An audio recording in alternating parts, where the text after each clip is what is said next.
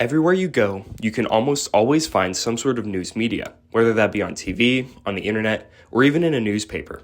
Freedom of the press has always been an important fact of American life, but that freedom is under attack, not just internationally, but domestically.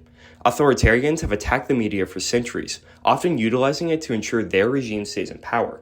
But now those attacks have reached American society, and we need to stand up against it.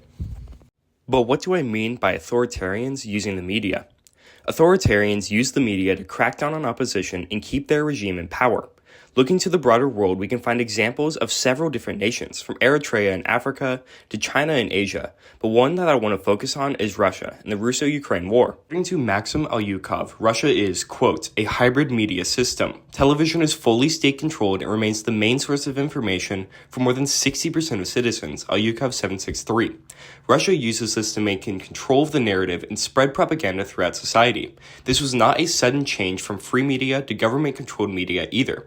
It was a slow process done behind the scenes by dominance and strategic investments by Moscow to secure control.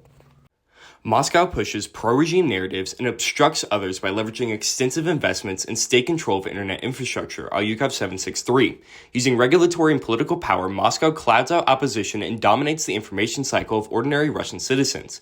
These narratives that Moscow pushes aren't necessarily just propaganda and lies fed to the population. Maxim Alyukov deducts that, quote, one of the central messages of these narratives is not trust our interpretation of the conflict, but instead you cannot trust any interpretation. This strategy further exacerbates widespread distrust towards the media, which in turn amplifies support for the war, end quote, Alyukov 764. These narratives can be used to divide the populace further and soak further mistrust in the media. By pushing the population away from other media sources, they become reliant on the Russian government's interpretation, which the government can leverage to push and form society in the way that keeps them in power. By causing distrust in the media, Moscow can disincentivize action against the state. This allows for further propagating of their narratives not through trust, but through detachment and a self-perpetuating cycle of mistrust, Alyukov 764.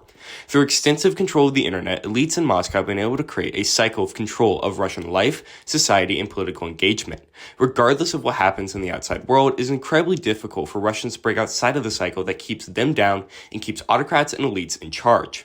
These tactics have cemented autocracy in the Russian government, and it is clear that an unfree media played a significant role in driving Russia to its current state. Now that we are aware of some of the tactics that authoritarians utilize to control the media, we can use this to spot how it's happening in the United States. Attacks on media freedom are happening in the United States by the Trump administration right now. Media companies, large and small, have been facing attacks on their journalistic abilities to give information to the public. Michael Sozin, a senior fellow at the Center for American Progress, writes that, quote, President Donald Trump in his official and personal capacities has taken steps in conjunction with Federal Communications Commission's FCC Chairman Brendan Carr to threaten, investigate, and continue litigating with media companies that Trump perceives as political adversaries, end quote, Sozin. These attacks on media companies cause fear in the media of retaliation and threats against any opinion that the Trump administration dislikes, potentially hurting their business and ruining their lives. This in turn would keep the media silent and the people uninformed of the happenings of the country. These attacks have not been limited to one or two small organizations. Sozin found that there were several examples of threats by the FCC and Trump administration, including against NBC and ABC, quote, to root out allegations of left-leaning biases. NPR and PBS, whose funding was cut for, quote, potentially violating underwriting rules, another move denounced as meritless by two FCC commissioners, end quote. Just as Moscow has used control over the media to propagate their narrative, the Trump administration's assault on the free press is drifting us towards authoritarianism.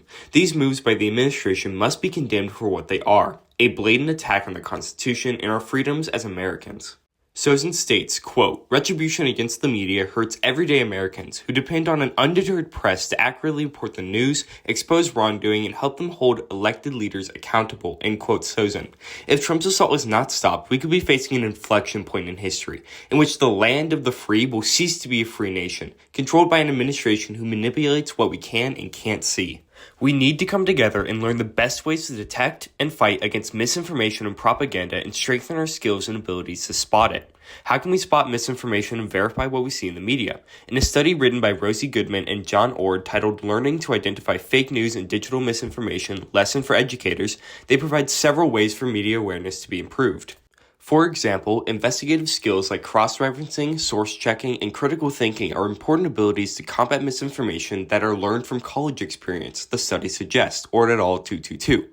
These skills are crucial for spotting misinformation by seeing the inconsistencies and incorrect information in each source.